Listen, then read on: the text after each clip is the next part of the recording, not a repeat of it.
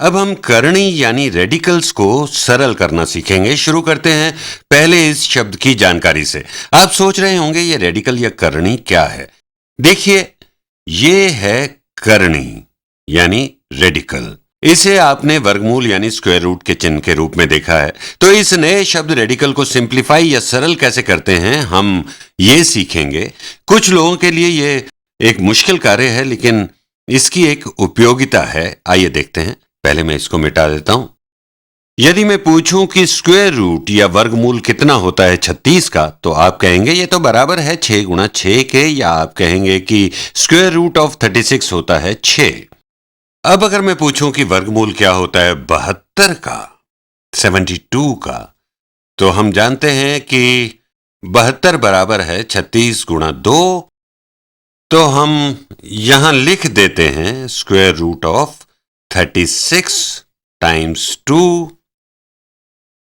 अब इसका वर्गमूल। और अगर आपको लेवल 3 का घात का पाठ याद है तो आप जानते हैं कि किसी संख्या का वर्गमूल या उसकी संख्या की घात 1/2 समान होते हैं। तो इसी प्रकार इसे लिख लेते हैं ताकि मैं बता सकूं कि रेडिकल्स को सरल कैसे करते हैं। तो यह समान है 36 गुणा 2 की घात टू द पावर 1/2, 1/2 के, क्योंकि स्क्वायर रूट का मतलब है 1/2 पावर।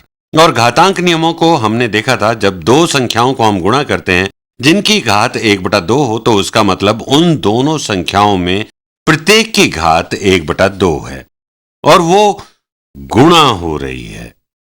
यानी ये समान है वर्गमूल स्क्वायर रूट ऑफ 36 गुणा वर्गमूल 2 के। और अभी हमने देखा था कि 36 का वर्गमूल है 6, तो ये बराबर है 6 गुणा वर्गमूल 2 के। आप सोच रहे होंगे कि मैंने यहां इस स्टेप में रेडिकल का चिन्ह हटाकर 1/2 पावर क्यों लिखा। मैं ये बताना चाहता था कि विस्तार है ये घातांक नियमों का। ये कोई नई बात या आविष्कार नहीं है। हालांकि कई बार यह स्पष्ट नहीं होता कि ये दोनों घातांक नियम के दो रूप हैं, दोनों समान हैं। अगला प्रश्न। जितना ज्यादा हम अभ्यास करेंगे चीजें उतनी स्पष्ट होती जाएंगी। Square root of 50।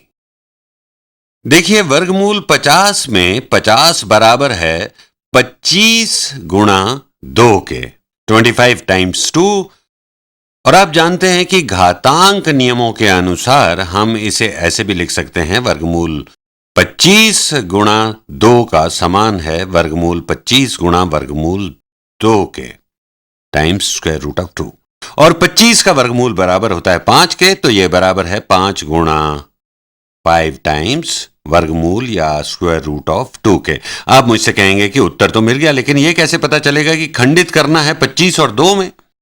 हम ऐसे भी तो लिख सकते थे 50 बराबर वर्गमूल 5 गुणा 10, या 50 बराबर है वर्गमूल 1 गुणा 50 के, 1 टाइम्स 50 के। शायद और भी ऐसे गुणनखंड होंगे 50 के। मैं आपको कारण बताता हूं 25 और 2 को यहां लेने का, क्योंकि मुझे चाहिए थे गुणनखंड 50 के, और सबसे बड़ा फैक्टर चाहिए था जो परफेक्ट स्क्वायर हो यानी पूर्ण वर्ग हो, और वो है 25। यदि मैं 5 और 10 ले लेता तो फिर हम कुछ नहीं कर सकते थे, क्योंकि ये दोनों ही पूर्ण वर्ग या परफेक्ट स्क्वायर नहीं है, और 1 और 50 के साथ भी कुछ ऐसा ही था। तो इस तरह समझे कि मूल संख्या के फैक्टर्स बनाते समय ध्यान रखना है कि एक फैक्टर पूर्ण वर्ग हो, परफेक्ट स्क्वायर हो। इसका कोई तरीका नहीं है, लेकिन अभ्यास से आप सीख लेंगे। परफेक्ट स्क्वायर्स हैं जैसे 1, 4, 9, 16, 16, 25, 36, 49 और 64 वगैरह। और इस मॉड्यूल को करते हुए आपको ये बहुत से याद भी हो जाएंगे। लेकिन यदि इनमें से कोई अगर किसी संख्या का फैक्टर है और रेडिकल चिन्ह के अंदर लिखा है, तो आप उसके फैक्टर बना लें, और जैसा हमने पहले किया था उसे रेडिकल साइन से बाहर ले आएं। एक और प्रश्न लेते हैं। 7 गुणा 7 टाइम्स वर्गमूल 27। 7 यहां पहले या आगे लिखा है, मतलब ये गुणा हो रहा है वर्गमूल 27 से। अब 27 के फैक्टर्स निकालते हैं और देखेंगे क्या उनमें कोई पूर्ण वर्ग है। 3 फैक्टर है 27 का, लेकिन ये पूर्ण वर्ग नहीं है। 9 है, तो हम इसे ऐसे लिख सकते हैं 7 गुणा वर्गमूल 9 गुणा 3। और जैसा अभी हमने देखा था, यह समान है 7 गुणा स्क्वायर रूट ऑफ 9 गुणा स्क्वायर रूट ऑफ 3 के 7 गुणा वर्गमूल 9 गुणा वर्गमूल 3, और ये बराबर है 7 गुणा 3, क्योंकि वर्गमूल 9 का होता है 3 गुणा स्क्वायर रूट ऑफ 3, और ये बराबर है 21 गुणा वर्गमूल 3। यही हमारा उत्तर है। और अब एक और प्रश्न लेते हैं।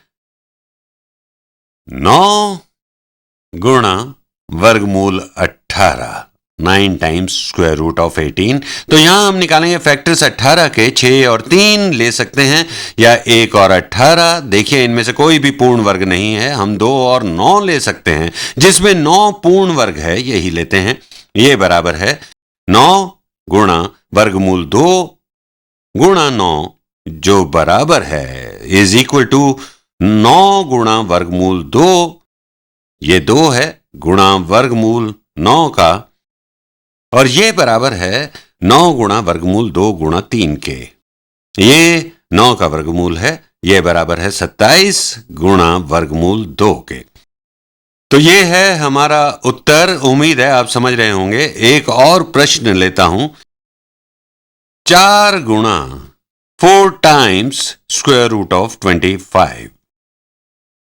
तो 25 तो एक परफेक्ट स्क्वायर है, ये एक पूर्ण वर्ग है। 25 एक परफेक्ट स्क्वायर है, इसका वर्गमूल 5 होता है, तो ये बराबर है 4 गुणा 5 के, और ये बराबर है 20 के। 25 का वर्गमूल 5 होता है। अब एक और प्रश्न लेते हैं। 3 गुणा वर्गमूल 29। 29 के भी 2 गुणनखंड होते हैं। ये प्राइम नंबर है, अभाज्य संख्या। इसके फैक्टर्स हैं 1 और 29, और ये दोनों ही परफेक्ट स्क्वायर नहीं है, तो इसे हम और सरल या सिंप्लीफाई नहीं कर सकते। यही इसका सरलतम रूप है। और अब हम लेते हैं 7 टाइम्स वर्गमूल 320।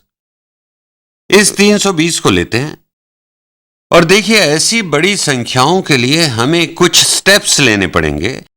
अब इसको देखकर हम कह सकते हैं कि एक गुणनखंड 16 ले सकते हैं, क्योंकि 32 में 16 जाता है 2 बार, तो ये बराबर है 7 गुणा वर्गमूल 16, 7 टाइम्स स्क्वायर रूट 16 टाइम्स वर्गमूल 20।